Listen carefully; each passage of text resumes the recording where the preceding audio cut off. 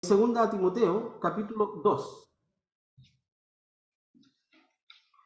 Vamos a referirnos esta tarde en la actitud cristiana en los últimos tiempos, considerando, ¿no es cierto?, los tiempos en los cuales nosotros estamos viviendo como esos últimos tiempos, los postreros días a los cuales se refirió el Señor. Y referente a esto también, como ya tenemos el próximo domingo elecciones en nuestro país de presidente, hay muchos hermanos que preguntan y consultan y quieren saber, ¿verdad?, cuáles son las preferencias que tiene la Iglesia o que tenemos cada uno de nosotros. No debemos olvidar que vivimos en un país democrático y que por lo tanto cada uno de nosotros tiene un deber cívico. Todos nosotros, los hijos de Dios, tenemos un deber cívico y manifestar nuestro voto de manera libre, voluntaria y con libertad de conciencia, ¿verdad? La Iglesia no impone un tipo de voto a nadie, ¿verdad? Cada uno, orando al Señor, debe elegir por quien cree que lo hará mejor, orar al Señor, ¿verdad?, para que le dirija, y finalmente creemos que Dios, que es quien dirige los destinos, ¿no es cierto?, de la humanidad y de nuestra patria, es quien pondrá un presidente para nuestra patria. Pero nosotros debemos cumplir, ¿no es cierto?, con nuestro deber cívico. Vamos a buscar entonces, como les dije, en 2 Timoteo, capítulo 2, versículos 1 al 7. Y les voy a pedir que, puestos de pie, escuchen la lectura de estos versículos.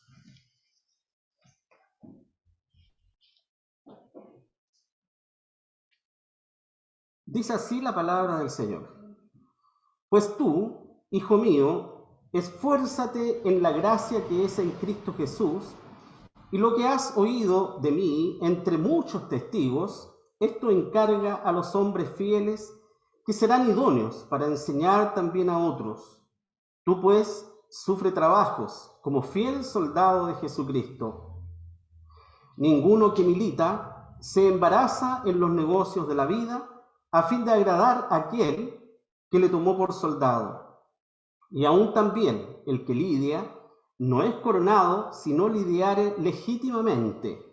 El labrador, para recibir los frutos, es menester que trabaje primero.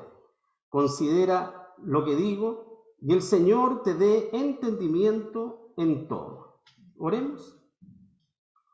Bendito Dios y Padre Celestial, estamos en tu presencia, creyendo, Señor, que eres tú quien nos dirige cada día, creyendo que tú estás escuchando, Señor, nuestra oración, y que tú, Señor, por medio de tu palabra, traerás alivio, consuelo, esperanza y traerás claridad también, Señor, a la mente de cada uno de nosotros.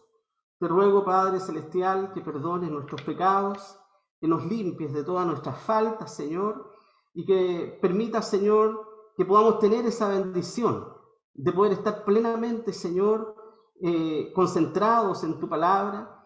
Permites que cada problema, que cada preocupación que podamos tener, Señor, podamos dejarla fuera y que sea tu palabra, Señor, en este momento la que llene nuestro corazón, nuestra mente y todo nuestro ser. Padre Celestial, te ruego que dirijas el mensaje de tu palabra, que dirijas la reflexión, la meditación de ella y que traigas bien espiritual, Señor, a través de ella para cada uno de nosotros. Te lo pedimos y te lo rogamos en el nombre de Jesús, nuestro Salvador. Amén. Tomen asiento, hermano. ¿Cuál es la actitud cristiana, verdad, frente a los últimos tiempos y frente especialmente a esta inminente elección que habrá en nuestra patria? Tomando un contexto para referirme a esto, podríamos decir que es en realidad, o es una realidad, podríamos decir, que vivimos en los últimos tiempos. No podemos poner en duda eso. Los acontecimientos que nosotros hemos venido viendo, ¿verdad?, a través de la televisión, de las comunicaciones, no solo en nuestro país, sino que en el mundo entero, podemos enmarcarlas nosotros perfectamente en algunas profecías de nuestro Señor Jesucristo. somos privilegiados porque estamos siendo testigos de aquellas cosas a las cuales se refirió nuestro Señor. Guerras, rumores de guerra, se levantará nación contra nación, reino contra reino, habrá pestilencias, hambre, terremotos, etc. Y aunque estas cosas, hermanos, no son señales del fin del mundo me refiero, sin embargo, Jesús las menciona solo como principio de dolores.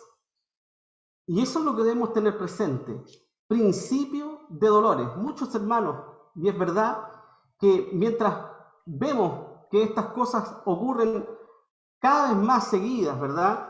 Y nos sorprendemos cada vez con las noticias que vemos, debemos recordar algo importantísimo para la vida del creyente y para la iglesia, que la venida del Señor está cada vez más cerca.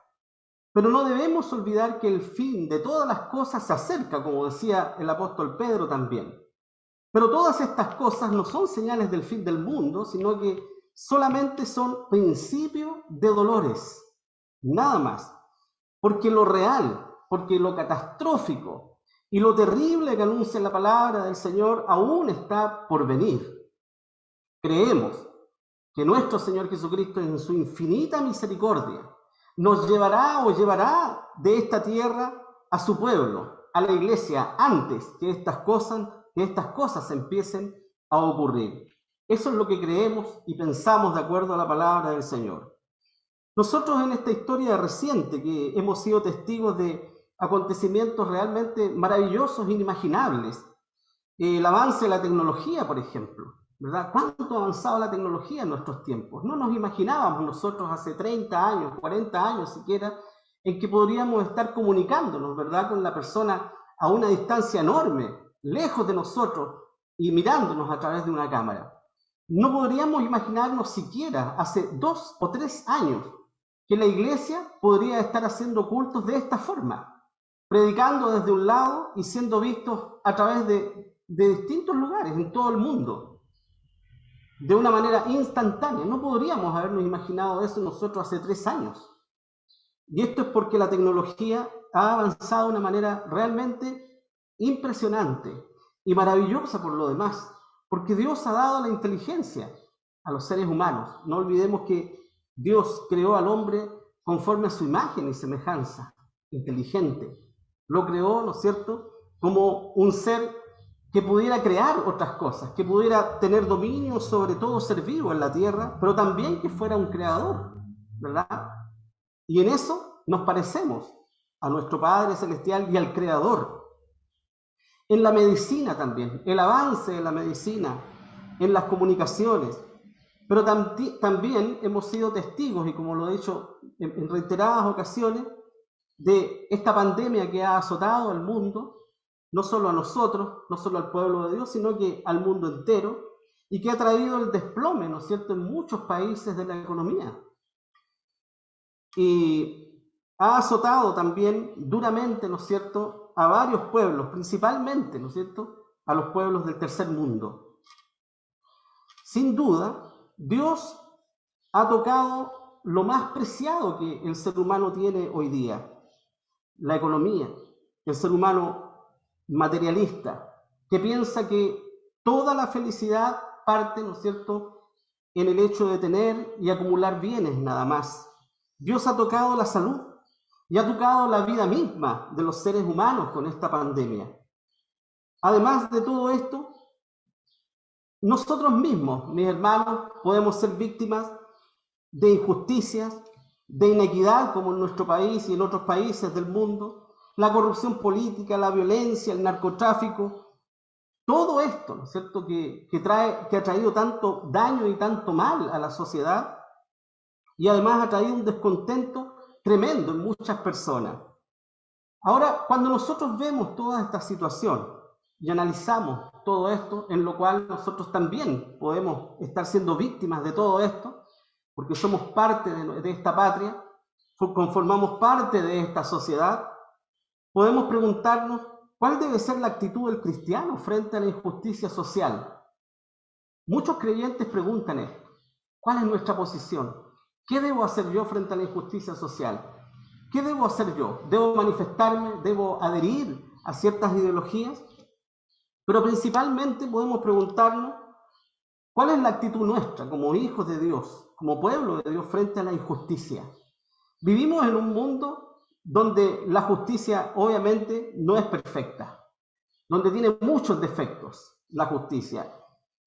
Y contrario a todo lo que se dice y se profesa hoy día en este mundo moderno, sabemos perfectamente que la justicia es más perfecta allí donde hay poder político o donde hay poder económico. No perdamos de vista las palabras del Señor Jesucristo. Mi reino no es de este mundo.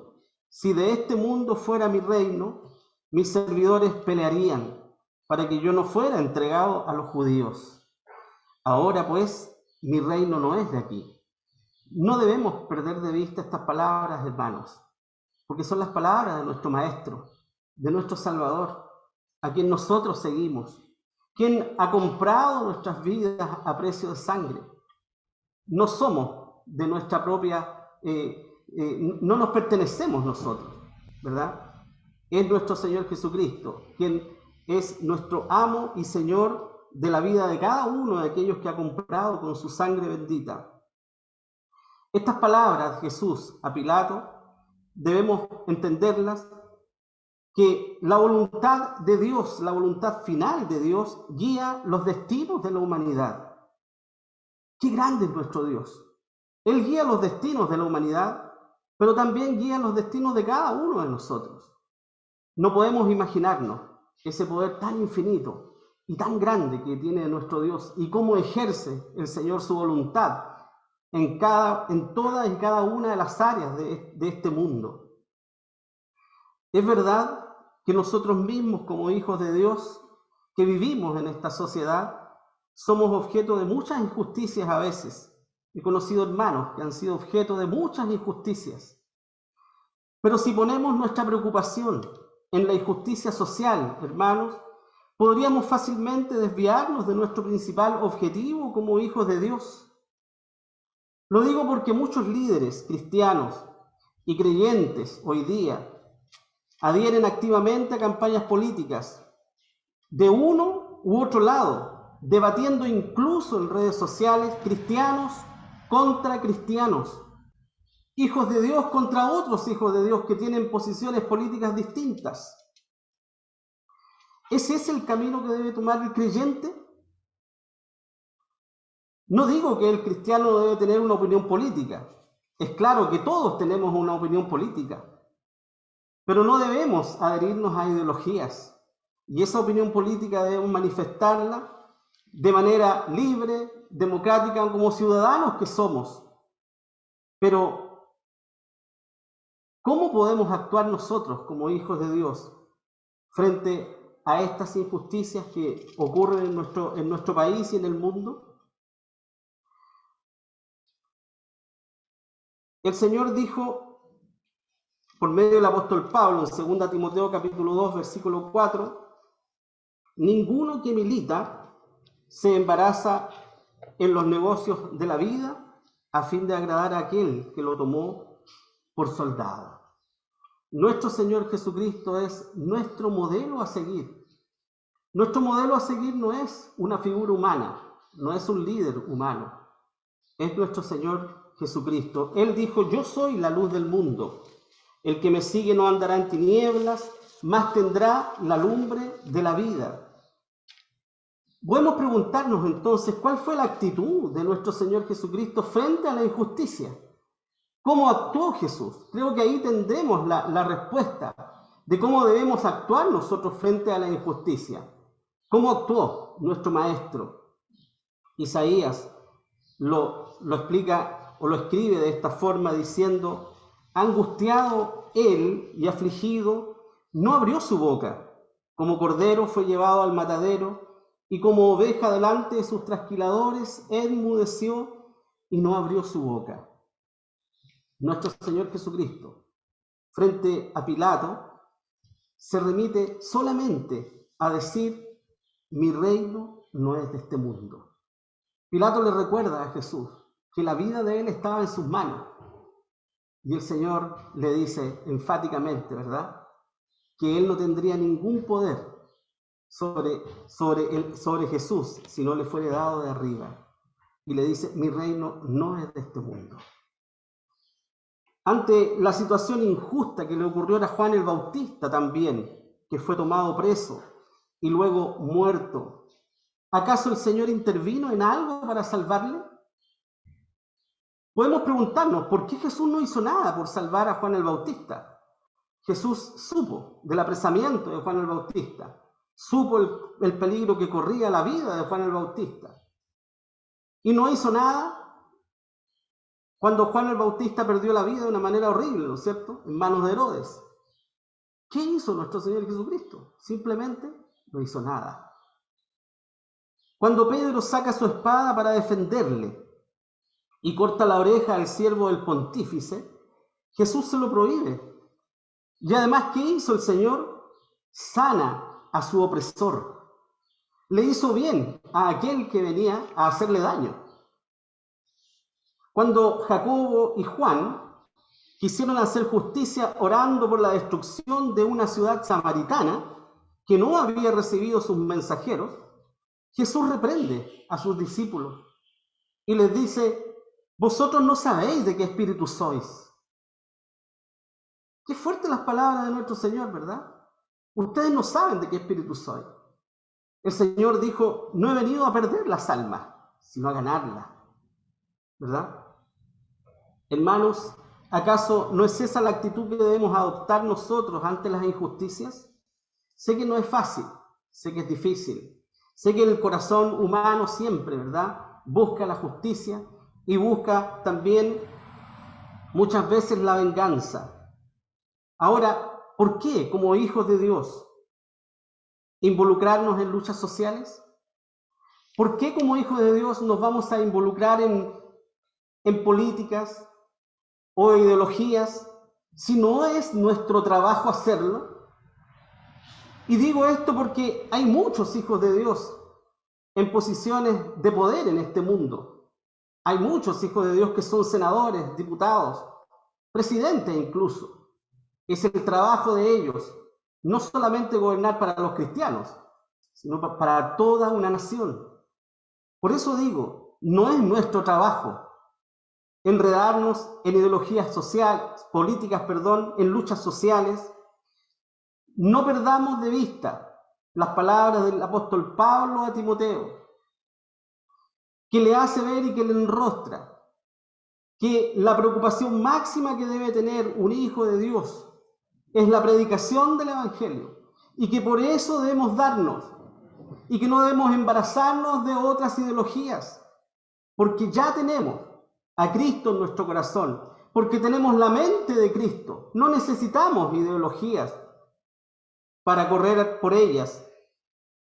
Qué maravilloso consejo podemos encontrar en el Salmo 37, cuando nos vemos tentados a tomar la justicia en nuestras manos.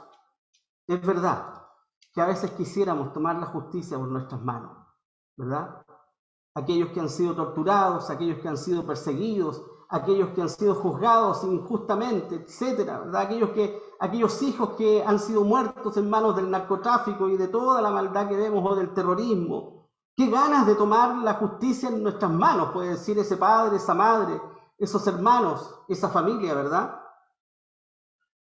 Pero el consejo de la palabra del Señor, que podemos ver en el Salmo 37, 1 al 7, que dice, no te impacientes a causa de los malignos, no tengas envidia de los que hacen iniquidad, porque como hierba serán presto cortados y decaerán como verdor de renuevo. Espera en Jehová y haz bien, vivirás en la tierra y en verdad serás alimentado. Pon asimismo tu delicia en Jehová, y Él te dará las peticiones de tu corazón. Encomienda a Jehová tu camino, y espera en Él, y Él hará, y exhibirá tu justicia como la luz, y tus derechos como el mediodía. Calla a Jehová, y espera en Él. No te alteres con motivo del que prospera en su camino, por el hombre que hace maldades. Esto es una característica de nuestros tiempos, ¿verdad? La prosperidad de aquellos que hacen maldades en esta tierra. Vemos con mucha impotencia, tal vez, ¿verdad?, en las noticias, permanentemente, cómo el narcotráfico se adueña de las poblaciones en nuestro país, cómo se adueña de la justicia también en nuestro país. Vemos con impotencia todo eso. Pero la palabra de Dios nos dice, no te alteres con motivo del que prospera en su camino, por el hombre que hace maldades. Porque Dios nos recuerda que el fin de todos ellos, si no se arrepienten y si no aceptan a Cristo como su único Salvador, será un fin tremendo, triste y terrible. No tendrán escapatoria, dice la palabra del Señor. En cambio, Malaquías 3:18 dice a su pueblo, entonces os tornaréis y echaréis de ver la diferencia entre el justo y el malo, entre el que sirve a Dios y el que no le sirve. Porque, hermanos, sí, Dios hace diferencia entre su pueblo y entre aquel que aborrece su palabra. Si tenemos dudas con respecto a esto, hay muchos que plantean dudas con respecto a esto y que dicen, es que Jesús no vivió en tiempos tan complejos como los que vivimos nosotros. Analicemos un poco la contingencia en los tiempos de Jesús. Hay dos historiadores, y me voy a referir a ellos, Emil Schurer, en el libro Historia del pueblo judío en tiempos de Jesús, y el conocido Flavio Josefo, en la Guerra de los Judíos. Hablan acerca de la situación de Palestina en la época de nuestro Señor Jesucristo y la describen como una época precaria, agobiada por impuestos elevados. Los obreros de la época ganaban lo justo para vivir. El ciudadano común, por mucho que le indignara la situación que vivía, nada podía hacer contra el sistema imperante, absolutamente nada. Los judíos, además, pagaban impuestos sobre impuestos, debido a que los recaudadores del imperio, los publicanos, hacían su fortuna cobrando al pueblo más de lo que debían, agravando así más aún la carga económica del pueblo. Podemos ver la contingencia de nuestro Señor Jesucristo. Había situaciones, ¿verdad?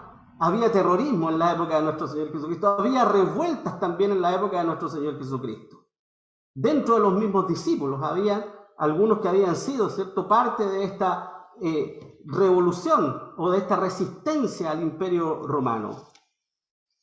En el Evangelio de Mateo se registran dos instancias que nos enseñan la actitud de Jesús en cuanto, por ejemplo, al pago de los impuestos.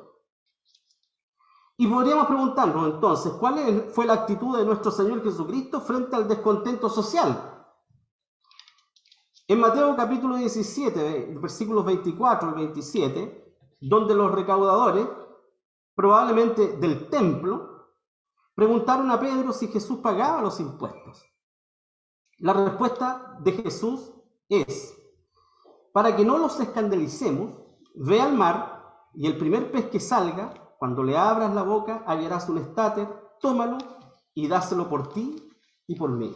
Esa fue la respuesta de nuestro Señor Jesucristo, a quienes se preguntaban, ¿acaso el maestro pagaba o no pagaba los impuestos? ¿Verdad? Jesús pagaba los impuestos. Y lo hizo de esta manera maravillosa, ¿no es cierto? ¿Quién podría imaginarse que va a ir al mar? ¿Qué posibilidad hay de ir al mar y tomar un pez, ¿verdad? Abrir la boca y que ahí estaba justo el impuesto que se necesitaba para pagar lo de Jesús y lo de Pedro? Un milagro claramente, ¿no es cierto? Nada más. Y el segundo ejemplo lo encontramos en Mateo capítulo 22, cuando los fariseos envían a algunos de sus discípulos y a un grupo de herodianos también a Jesús para ponerle en contra de las autoridades. Y dice así, dinos pues, ¿qué te parece? ¿Es lícito dar tributo a César o no? ¿Verdad que esta pregunta era una pregunta difícil?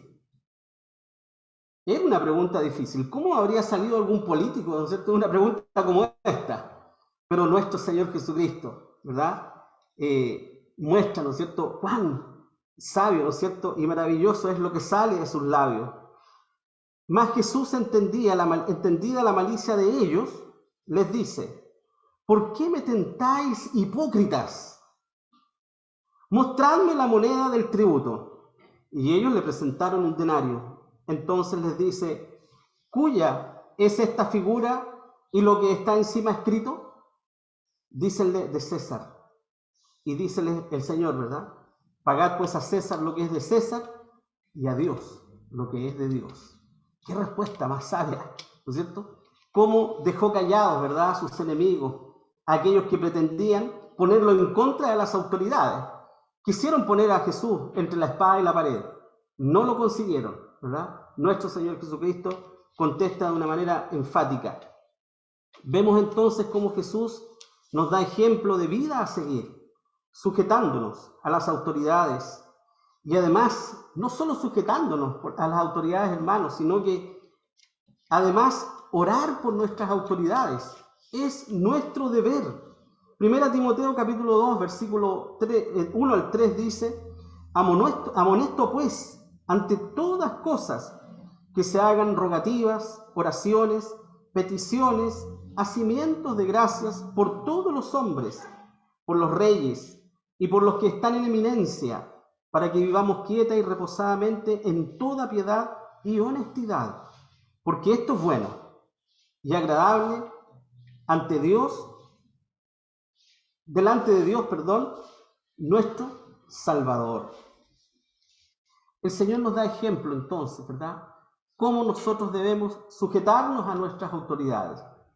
Insisto en esto, el próximo domingo tendremos elecciones.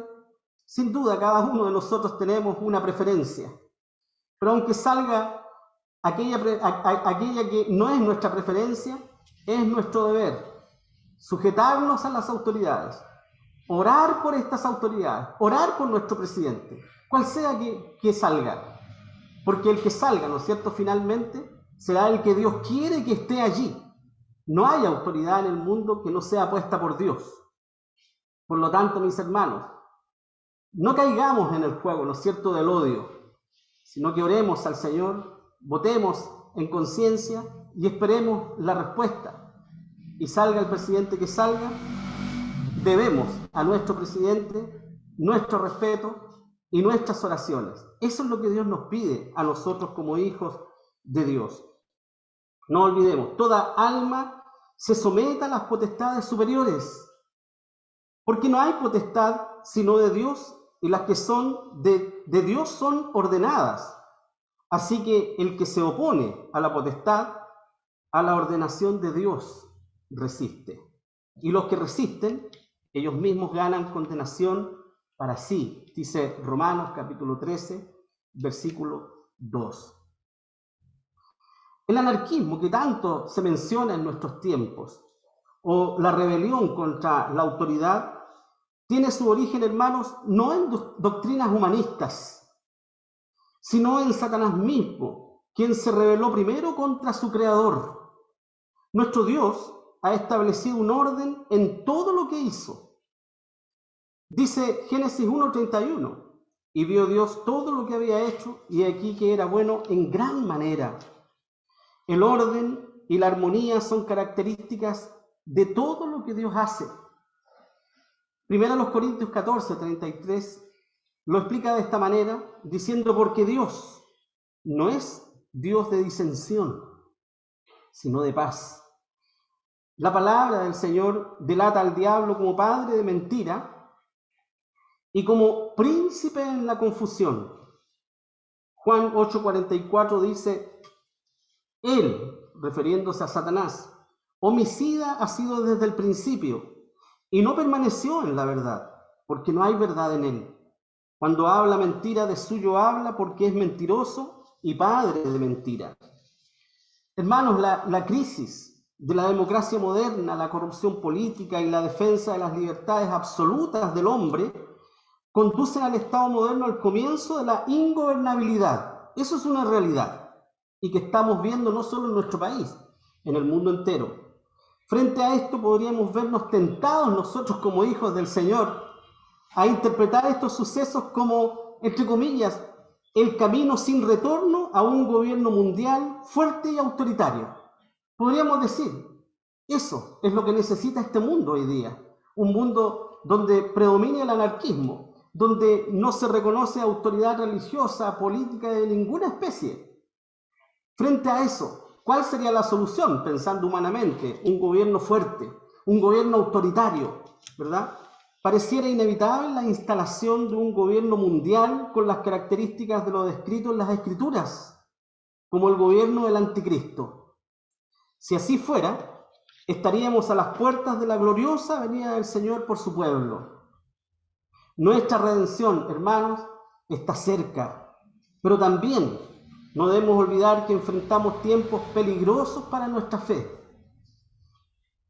Mateo 24:33, nuestro Señor Jesucristo dice: así también vosotros, cuando viereis todas estas cosas, sabed que está cercano, a las puertas. No olvidemos que la venida de nuestro Señor Jesucristo cada vez más se acerca. Erguid nuestras cabezas, ¿verdad?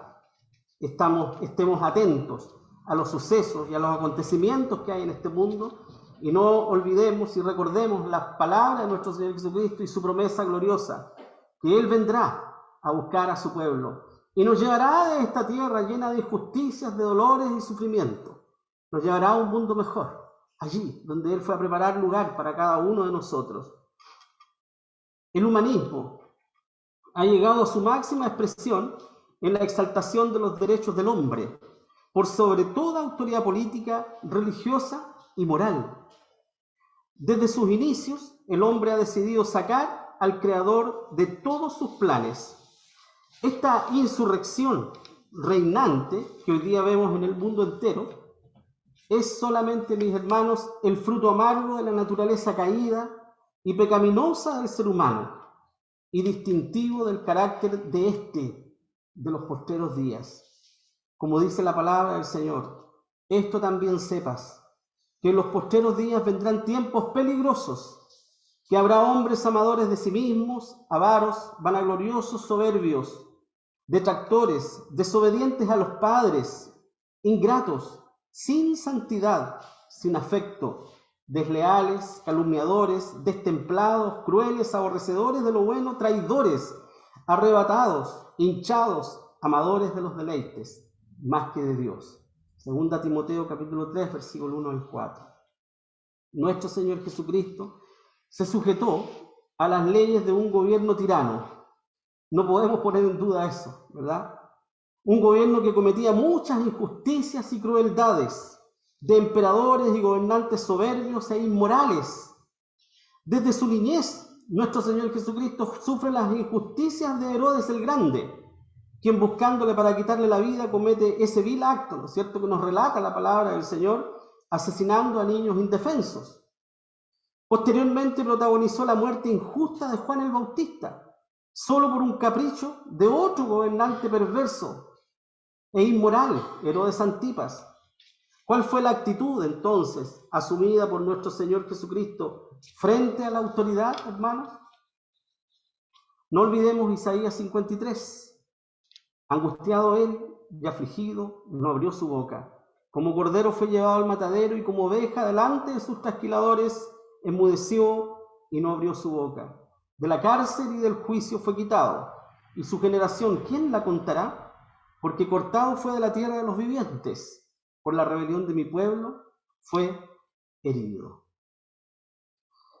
Y Filipenses capítulo 2, versículos 6 al 8 dice: el cual, siendo en forma de Dios, no tuvo por usurpación ser igual a Dios, sin embargo se anonadó a sí mismo, tomando forma de siervo, hecho semejante a los hombres, y hallado en la condición como hombre, se humilló a sí mismo, hecho obediente hasta la muerte y muerte de cruz. El Señor, siendo autoridad y estando a Él sujetos los ángeles, las potestades y virtudes, según Pedro, 1 Pedro capítulo 3, versículo 22, tomó forma de siervo para entregar su vida y morir por nosotros. Él es por excelencia para nosotros un ejemplo de sumisión, pues siendo hijo de Dios, se sometió a su Padre en todo tiempo. Y aún más, hermano, no solo el Señor Jesucristo se sujeta a su Padre, sino se sujetó a leyes terrenales, de gobernantes corruptos e inmorales.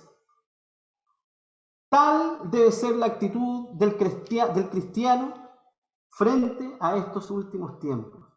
No olvidemos esta actitud. Aprended de mí, dijo nuestro Señor Jesucristo, que soy manso y humilde de corazón. Creo que tenemos respuesta contundente con la palabra del Señor a aquellos que se ven tentados, ¿verdad?, a discutir temas políticos y olvidarse que lo principal y la principal tarea y labor que nos ha dado nuestro Señor Jesucristo es la predicación del Evangelio. Eso es lo más importante para nosotros, hermanos. No digo que no debemos tener una posición política. Sería absurdo, ¿verdad? Cada uno de nosotros, todos pensamos distinto. Podemos apoyar a un candidato o a otro candidato, pero eso debe ser algo personal, ¿no es cierto? Y debemos encomendarnos al Señor, para que el Señor sea quien dirija nuestra mente y nuestra conciencia en ese momento en que votaremos y elegiremos a quien dirija los destinos de nuestra patria.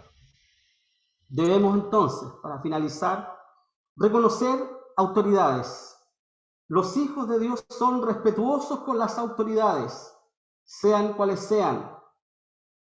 Vemos cómo Pablo fue respetuoso con todas las autoridades, ¿no es cierto?, cuando fue llevado preso a Roma, cuando se presentó ante distintos reyes y gobernantes. ¿Cómo fue el apóstol Pablo? Respetuoso, ¿verdad? ¿Cómo fue nuestro Señor Jesucristo? También, ¿verdad? Reconocer autoridades, sujetarse a ellas, a las autoridades, y sujetarnos a las leyes. Debemos sujetarnos a las leyes terrenales, siempre y cuando estas leyes, ¿verdad?, no atenten contra nuestra conciencia cristiana. Pero debemos y tenemos ese deber como ciudadanos y como hijos de Dios de sujetarnos a las leyes terrenales. Nuestro Señor Jesucristo se sujetó a las leyes terrenales. Debemos orar por los que gobiernan, orar por nuestros gobernantes, por todos. Debemos orar mucho por ellos. ¿Cuánto trabajo tienen los gobernantes, verdad? Y cuánta responsabilidad. Dios pedirá cuenta a cada uno de ellos. No olvidemos nunca eso, mis hermanos. Dios pedirá cuenta a nuestros gobernantes de su labor que han hecho. No debemos embarazarnos en los negocios de la vida. Esto significa que no debemos abrazar otras ideologías y correr tras ellas y olvidarnos que hay una ideología suprema que debe regir y que rige nuestras vidas, que es la mente de Cristo. Debemos imitar al Señor Jesucristo. Ese es nuestra labor y esa entonces es la actitud cristiana frente a los últimos tiempos. Esa es la forma en la cual nosotros debemos vivir, hermanos, en esta tierra. Que el Señor les bendiga. Oremos. Bendito Dios y Padre Celestial, nuevamente te damos las gracias por permitirnos reunirnos en este lugar y poder meditar, Señor, en tu palabra. Gracias porque a través de tu palabra tú ordenas nuestras vidas, Señor. Tú nos enseñas cómo vivir. Tú nos enseñas, Señor, cosas básicas en esta vida, Padre Celestial. Ayúdanos a ser humildes y a poder acatar los consejos de tu palabra. Ayúdanos, Señor, a proclamar tu palabra aún con nuestros hechos, con nuestros labios, con nuestros actos, Señor. Danos tú esa fortaleza para poder vivir conforme a tu voluntad. Ayuda, Señor, a cada uno de tus hijos e hijas, a nuestros niños, Señor, a nuestros jóvenes que tienen, Señor, una vida por delante. Rogamos por ellos para que tengan una fe verdadera y efectiva en sus corazones, Señor, y que la mente de Cristo también, Señor, esté, Señor, en ellos para que pueda guiar sus vidas, Padre Celestial. Mi Dios, te agradecemos todo esto en los méritos de Cristo Jesús, nuestro Señor y Salvador. Amén. Que el Señor les bendiga, hermano.